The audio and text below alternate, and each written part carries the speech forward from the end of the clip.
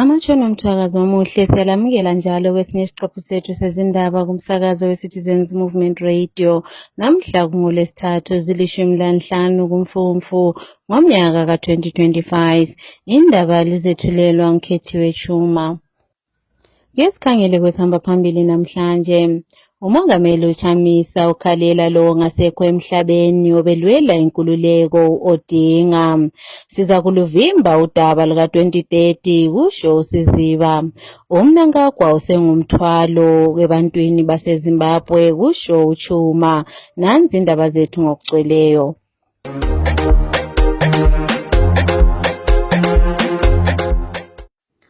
Umongameli wabantu Nelson Chamisa uthi utaniswe kakhulu ukwedlula emhlabeni kukalowo wayengumphathintambo kweleKenya uRaila Odinga obhubhe namhlanje ekuseni ngemva kokufa ngesifo senhliziyo kwelendiya lapho abeselatshwa khona. Ephosela emakhasini akhe okuxhumana, umongameli uChamisa uveze uOdinga njengomuntu obonakale kuhle kakhulu ekulweleni inkululeko. uOdinga ubesondele kakhulu kumuyi owayengumongameli webandla le-MDC uDokotela uMorgan Tsvangirai, kanti njalo wahlanganyela emngcwabeni wakhe owawuseBuwera ngomnyaka ka-2018. Umphefumulo wakhe mawulale ngoxolo. Ibandla eliphikisayo elisebenzisana lomongameli uNelson Chamisa selenze isinqumo sokuba baza kuvimba icebo lika-Emmerson Mnangagwa lika-2030. Omunye wabalandeli bakamongameli uChamisa, kanti njalo esebenza eseduze kakhulu kamongameli uChamisa, uGift Ostalos Siziba, uthi abazukuvumela uMnangagwa ukuba angezelele isikhathi sakhe asebayo ukuba abesembusweni. Uphosele emakhasini akhe okuxhumana, uSiziba uye wathi abazukuphambanisa ukuze kuphambaniseke isisekelo sombuso, kumele baqinisekise ukuba sivikelekile. Kusenjalo isiphathamandla sebandla eliphikisayo Stephen Sarkozy Chuma uthi umongameli webandla leZANU-PF obusa ngodlakela uEmmerson Mnangagwa usengumthwalo kakhulu elizweni njengoba ilizwe lingasenelisi ukuba limgcine ukwedlulela lesi sikhathi. uChuma uye wathi ilizwe selibuswa ngabantu abantshontshela ilizwe, kanti njalo inkhohlakalo isiphezulu kakhulu ngaphansi kokuthungameli buka-Emmerson Mnangagwa. Ake sizweni uChuma ekhuluma.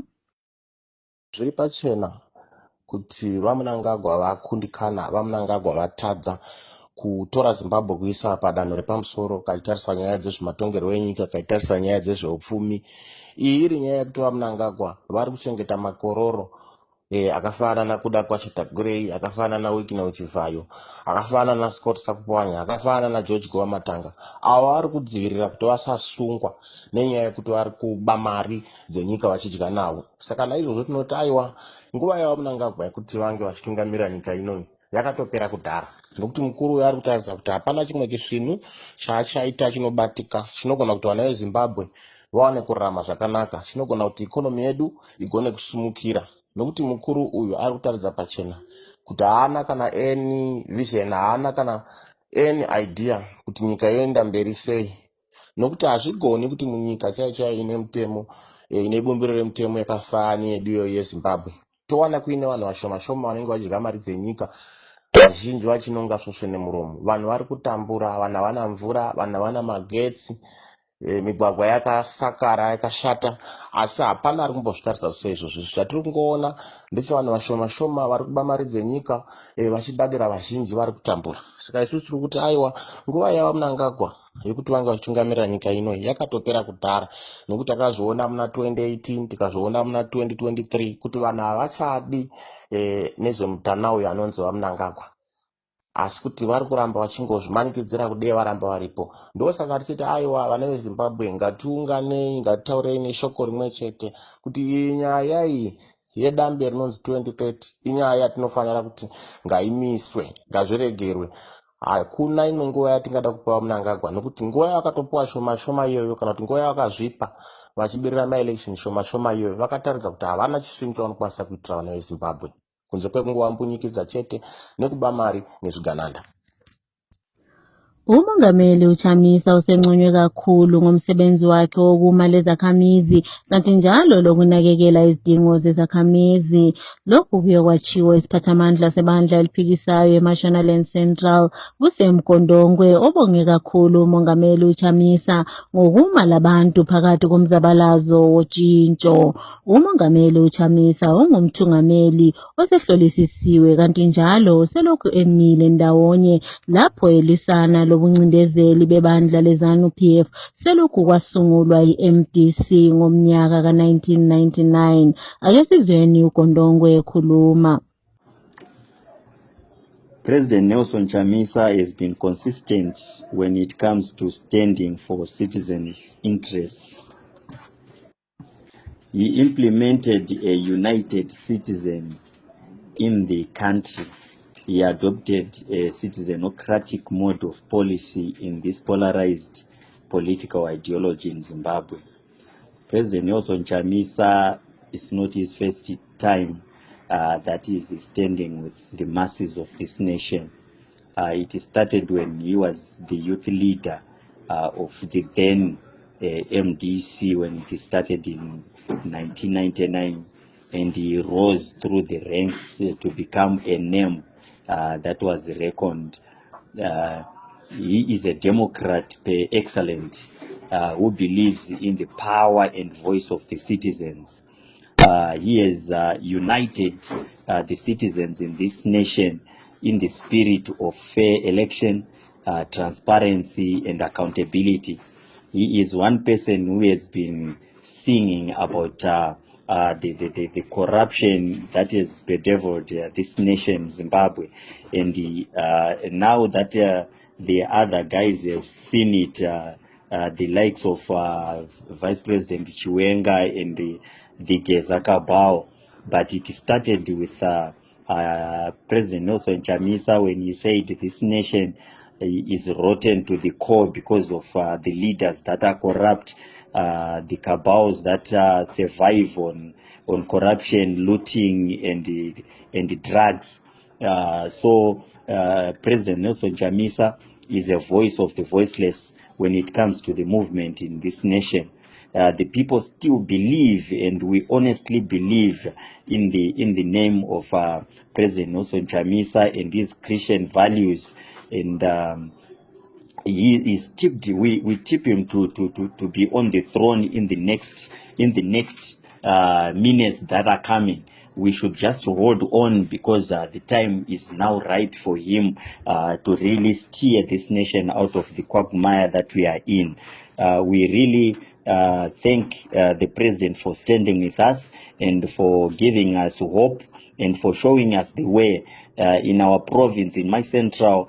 We are happy and we are united as ever, waiting for him to come and give us the way forward. This is the time that we should work on the ground, waiting for him to come. But as we wait, we still go about our duties, making sure that the ground is ready for his coming.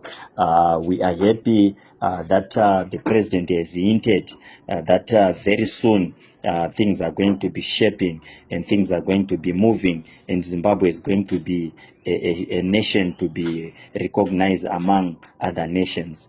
Thank you so much.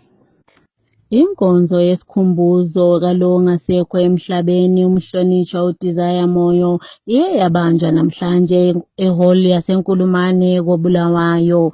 Kulabo ade behlanganyele enkonzweni le bekuhlanganisela uGift Ostalos Siziba oye wathi isigaba lesi silahlekelwe kakhulu ngoba ilunga ledale lePhalamende leli belilombono kanti njalo belesifiso sokubona abantu bemanyene besebenza ndawonye. Ake sizweni uSiziba ekhuluma.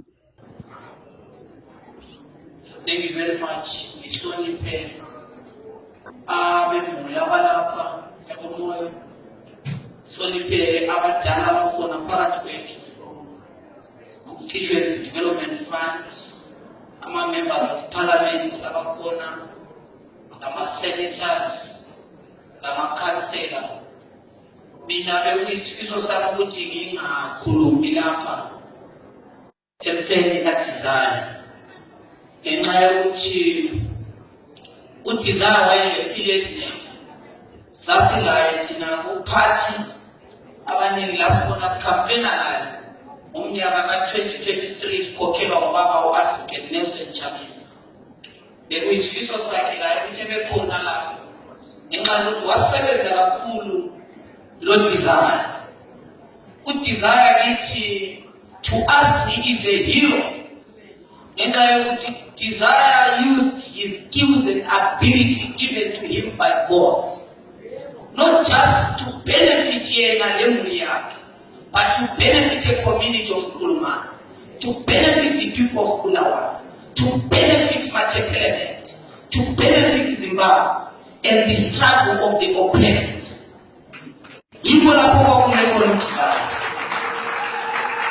Some of us speak on behalf of the oppressed through the beauty of language. Who Desire deployed the beauty of music and poetry to speak about the social ills in our country. That person qualifies to be a hero of the people. Yiko okusilethela umbuzo esasizibuza wona wayengithi makheso mina ngoba ngisechabalala lapha sinobudlelwano. Umbuzo esasizibuza wona ukuthi what is life without telecast? Ngoba sonke sikwenza emhlabeni ekugcineni kwakho uphi khona uDesire lana okuvukayo is his legacy. Yena usukhamba thina singamuntu legacy similinya isiya phambili maintaining what Desire was standing for.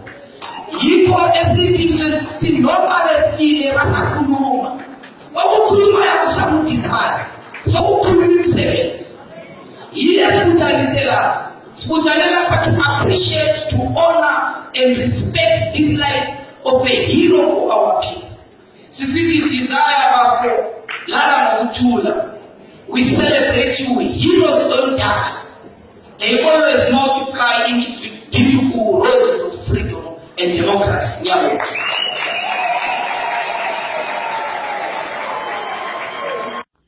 Inkulumo kaSiziba iye yavunywa iziphathamandla eziningi ezishiyeneyo kubandla eliphikisayo abahlanganyele kusikhumbuzo sikalo ongasekho emhlabeni umhlonitshwa uDesire Moyo. Kulabo kade bekhona bekuhlanganisela ikhansila lika-Ward 22 uBruce Moyo osiphe lokho. Asabonga kakhulu emahlabezweni namhlanje sibuthene enkulumane njengezakhamizi zenkulumane loBulawayo jikelele celebrate impilo eka honorable Desire Moyo ochileyo ngengozi ayidlulileyo last week. Sikubuhlungu kakhulu ngoba silahlekelwe ngobaba okade elevision yakhe ibingekubona inkulumane ithuthuka inkulumane esaphambili abantu behlangene bebambene ungakhandekile ukuthi bavela kwinhlanganiso zethu. Ivision yakhe ibingubona inkulumane iphathisana ithandana ngoba isandla sisaphuma ukuthi izandla ziyagezana umuntu ngumuntu ngabantu. This is what he was representing. Nje kwakho njengabantwana benkulumane ngokulahleka siyakwazi ukuthi ngujaha okade esakhula okade enamaplans for all citizens lapha enkulumane beyond. Besimbona representative Bulawayo kuma-arts and other areas so silahlekile kakhulu kusabuhlungu is hard to digest but lapho siyakholwa ukuthi ukwenza kwaNkulunkulu okade uqakathekela kusomnyaka ayiphile emhlabeni but yemisebenzi ayitshileyo lebizo alichileyo that will remember as a generation and the next generation to come will be taught about the works of Moyo Kusai. So I want to allow myself rest in power Moyo Kusai. So therefore may it live long and may your legacy be protected going forward. Thank you so much. Namhlanje bekulusuku lokunanza omama basemaphandleni kanti njalo siye sakhulumisana lomela omama eMashonaland West edalele ePhalamende umhlonitshwa uMutha Mrombetsi kanti njalo omama umhlonitshwa ulwela amalungelo abantu besifazana abasemaphandleni. Umhlonitshwa uMrombetsi uye wathi omama abasemaphandleni bayadubeka kakhulu. Uye wakhuthaza njalo uhulumende ukuba kumele enze okukhulu ukuze aphucule izinga lokuphila kwabo. Omela iKharipa etalele phalamende umhlonitshwa uShine Kwangwaba usekhuthaze izizalwane zaseChina ukuba zenze lokhu ezikukhulumayo ngokuhlonipha amalungelo abantu bokuzalwa kuleli lizwe kanti njalo bahloniphele imithetho yelizwe. Inkulumo yakhe iza ngemva kokuba ihhovisi laseChina elikhulu kwele Harare liye lethula inkulumo likhuthaza izizalwane zaseChina ukuba zihloniphe imithetho yaleli lizwe bese zihlonipha lo mphakathi ezisebenzela kiwo. Umhlonitshwa uKwangwaba uthi imbiko eveza ukuhlukunyezwa kwabantu abasebenza emankampanini ama-China kanye lamamayini isikhuphuke kakhulu izinga lakhona. Ake sizweni umhlonitshwa uKwangwaba ekhuluma. This is what people have been talking about all along. Some could dismiss it as lies, but I'm happy at this moment. It has come true, and one may agree with me to say that people were living as if they are in a foreign land while they are in their land. There is no any way where a foreigner could come and traumatize the villagers. A foreigner would come and try to dominate a certain group of people. It's quite regrettable and quite unacceptable. We are happy that their embassy has also responded, and we hope that we will see some changes from the Chinese. Because if we talk of independence, that Zimbabwe is almost 40-something years after independence, but people are living as if they are in colonial era. There is no way that the Chinese would come and traumatize people in Zimbabwe, but in their respective countries, they respect their laws. So I'm happy as a legislator, as a member of parliament, we represent people. Those people are the same people who sent us to parliament to represent them. So we expect some changes from the Chinese.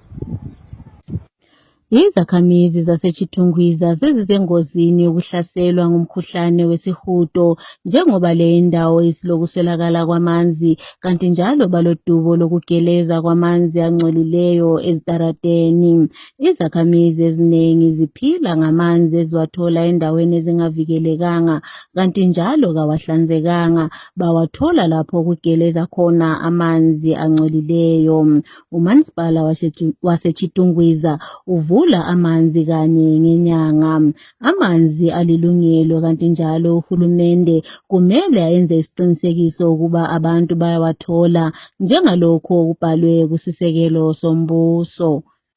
Inhlanganiso ye-SADC iye yethula inkulumo izolo ngokuketulwa embusweni kukamongameli waseMadagascar u-Andry Rajoelina osengasekho embusweni. Inkulumo elethwe inhlanganiso ye-SADC ayizange yakusola ukuketulwa kwakhe kodwa baye bathi kakube lokuxoxisana. Abachothozayo bathi inhlanganiso ye-SADC ayisawazi umsebenzi wayo kanti njalo iqhubekela phambili ngokwehluleka ukusombulula ukungazwisisani endaweni yase-Afrika.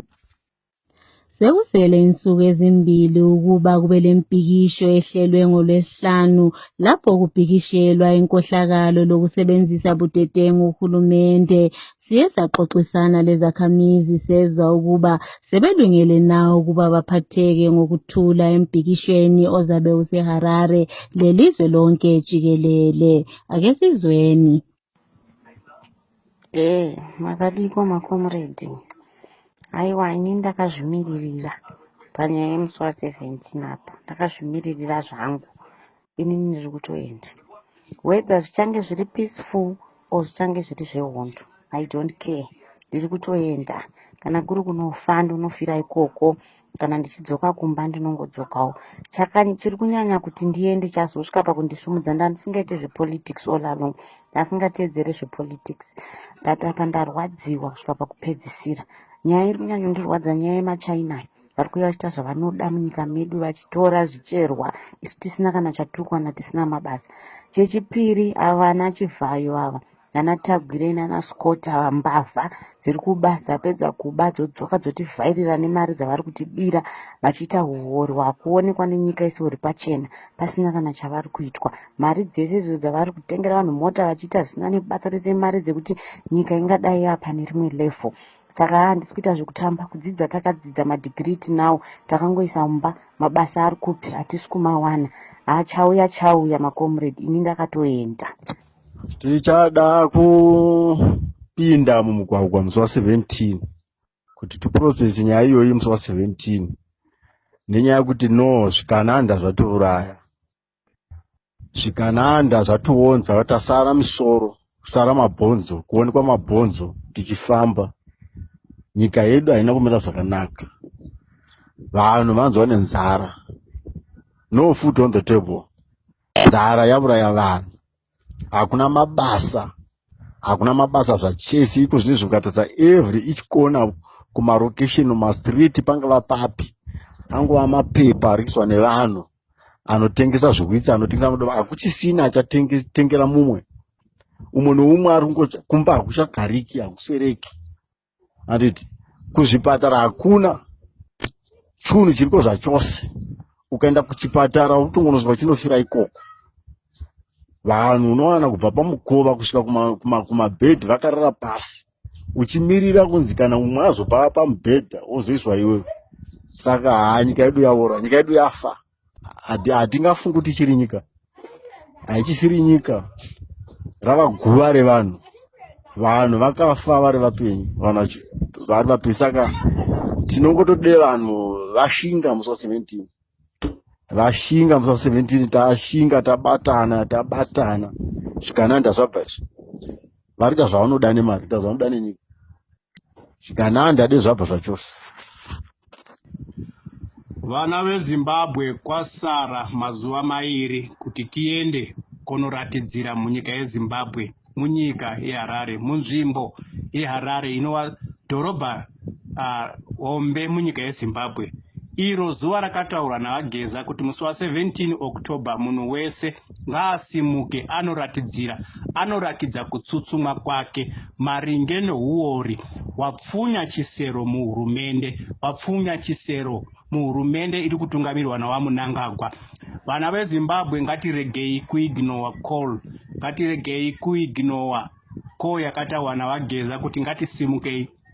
Isisu tega vana veZimbabwe nokuwanda kwedu ndisu tine mhinduro kunyika yedu, ndisu tinogona kusunungura nyika yedu payasvitswa ipo zvine ZANU PF nekuda kwehuori huri kuitwa nana Tagwirei, nana Scott Sapukanya, nana Chivayo nevamwe vakadaro vari kuba upfumi hwenyika, vari kuba mukofini inofanirwa kunge ichitenga magetsi achiuya kumalokesheni kwedu, inofanirwa kunge mari yehurumende inofanirwa kunge isu sevagari tichiwana sevhisi kubva kuhurumende. Iko zvinezvi tarisai kuti kumalokesheni kwatinogara hakuna anonzi mastreet lights kwese kunana Mufakosi, Glenora, Kambuzuma, Rugare, Highfields, kwese kumbare kwese hakuna anonzi mastreet lights. Hakuna, tiri kungogara murima kunge vanhu vari kwabhora kana kuti vanhu vari kwamutora shanga nekuda kwokushaya masevhisi kana nekuda kwokushaya hanya yehurumende kutipa masevhisi. Hatina mvura. Iko zvinezvi muHarare yese, kubva muHarare yese kuna Glenville, Glenora, taakuenda kumatsime kunotera mvura nezvigubhu nemabhaketi ezifi tiri kwamutora shanga kana kuti kugokwe kana kuti kubhinga kunoendwa kumatsime. Ndo zvatakuita mumataunzi edu nekuda kwehuori huri kukonzerwa nehurumende, huri kukonzerwa naVamunangagwa neshamwari dzavo. Saka tiri kuti vana veZimbabwe handei tonorakidza kunyunyuta kwedu, handei tonodemonstrata, handei tonorakidzira. Ngativei redi, munhu wese ngaasimuke tiende kunoratidzira maringe nehuori hwapfunya chisero munyika medu. Tarisai izvozvi kumakliniki yese hakuna mushonga. Iyo zvinezvi tarisai kuti vamwe vana vakaparara mutsaona vachiuenda munyika yeSouth Africa kunotsvagawo mafuro manyoro, vakudzoka kumusha vakufira patsaona. Almost about 42 people died at the spot nekuda lack of our government, kushaya responsibility nenyika yakunonzwa kuti iko zvinezvi vanhu vari kuperera mumarodhi. tingaite sei kuti timutsiridze upfumi hwenyika yeZimbabwe, but ivo they are busy looting mari, kuluta ma-billions of billions. Gadzirisai nyika iwe neukoni kuti vana veZimbabwe vasabude vachienda kune dzimwe nyika. Tarisai taakureceiva makuwa evana vari kufira kuenda kunomora kune dzimwe nyika, asi imi muri busy kuba mari. Saka tiri kuti vana veZimbabwe ngatisimukei, ngatiregei kutya, ngatisimukei takawanda. Tinotenda. Masikati akanaka muri eZimbabwe kwese kwamangadi muri masikati akanaka kumatimu ana enyika masikati akanaka. Tine mufaro mukuru kusangana neCitizen Movement vachinzwawo mashoko kubva kwatiri mawirirano nechitiko chiri mukati menyika chisina kumira zvakanaka chiri kutaurwa navageza vachikurudzira mhuri yeZimbabwe kuti ngatibude neuwandu hwedu kuti tiende mustreet tizadze Harare, Bulawayo, tingangoti macapital city edu ese kana kuti pese kwatingadai tiri.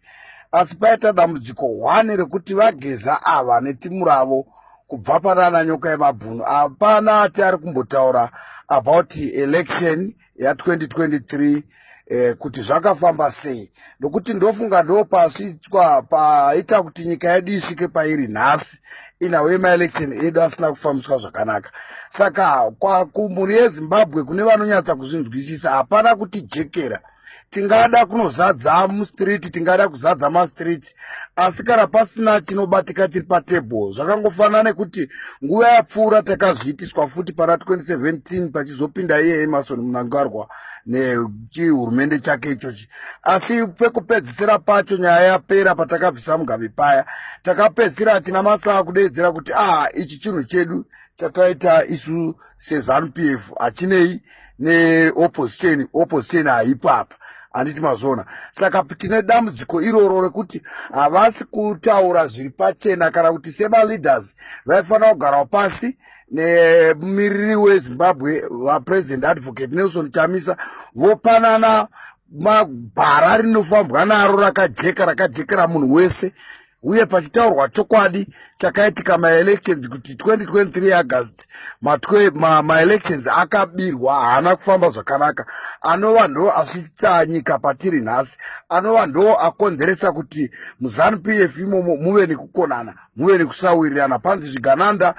Of course corruption tinozviziva kuti corruption yakagara ichingaitwa muZANU, but apa chetiri kushamisika nacho ndechekuti vanongochema kuti corruption ninguwadai, asi nguva yese vanga vachimbozviita vari pamwe chete. Asi kana vakurwadziwa nokuti umwe agarisa umwe adii, umwe vagokonana mukati imomo, vanenge vakuda kuinvolva vana veZimbabwe, hati mazona. Saka ipapo ndo pane dambudziko raComrade Blessed Geza. Kana dei zvava zviri zvinhu zvakajeka tiri pachokwadi, tinongotangira pakuti election yedu yakambofamba sei. Totsanangurwa zvese kuti SADC report yakapa zvakati, AU yakapa zvakati, kwese maorganization ese angati aibata nesarudzo dzakaitwa pana 2023 August, kuitira kuti zvive zvinojeka iyo senyika toadresa kuti maelection edu akafamba sei, SADC yakati kudii, ripoti yeSADC inoti chii, handiti mazona. Zoteedzerwa zvichiitwa zviri pamutemo tichiwirirana, kana zvisinganzwisike totibva ngatichifachuka katinde mastreet, nokuti nyika yedu yagwadama, nyika yaparadzwa. Tiri kuzoona zviri kuitika kuti nhasi nhengo dzeCentral Committee dzapiwa motikari dziri 40 zvakadaro, zvinongoratidza pachena kuti vanhu vari kungotengwa. Saka isusu tagara yedu hatisi kuda zva2030 hatisi kuda 1-2, hatisi kuda constitution yedu inobatwa nekuti yakaitwa neruzhinji rweZimbabwe. Ndatenda. Hello sir, nipa Million March I'll be there. Andishaikwi. Ndototanga kusvika, I think I'll be the first person to be there. Because we cannot have a country where the country is controlled by a few people, a minority. In Israel, and this is payslip. And right now, I'm 43 years old. Payslip and this. And this you wanna basa ndakari wana kupi.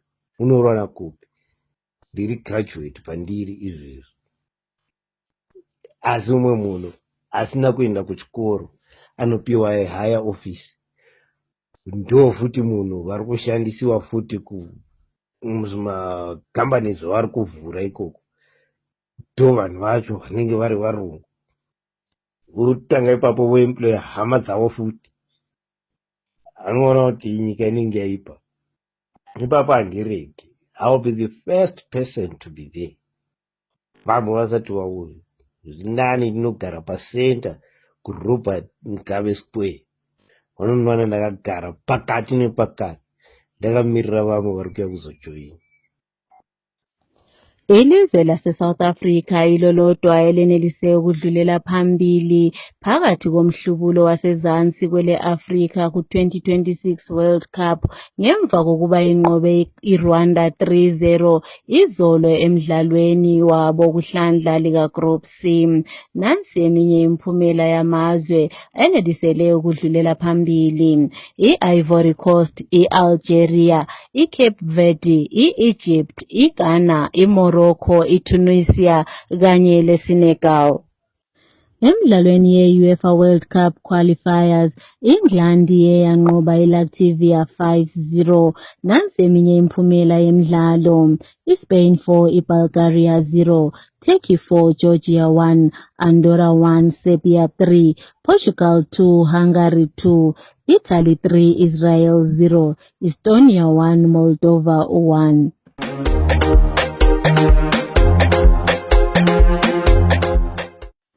Ukuziphetha lezi indaba kumsakazo we-Citizens Movement Radio, nanze bezihamba phambili. Umongameli uChamisa ukhalela lo ongasekho emhlabeni odinga obesaziwa ngokulwela inkululeko. Siza kuluvimba udaba luka-2030 kusho uSiziba. UMnangagwa usengumthwalo elizweni laseZimbabwe kusho uChuma. Siziphetha lapha lezi indaba.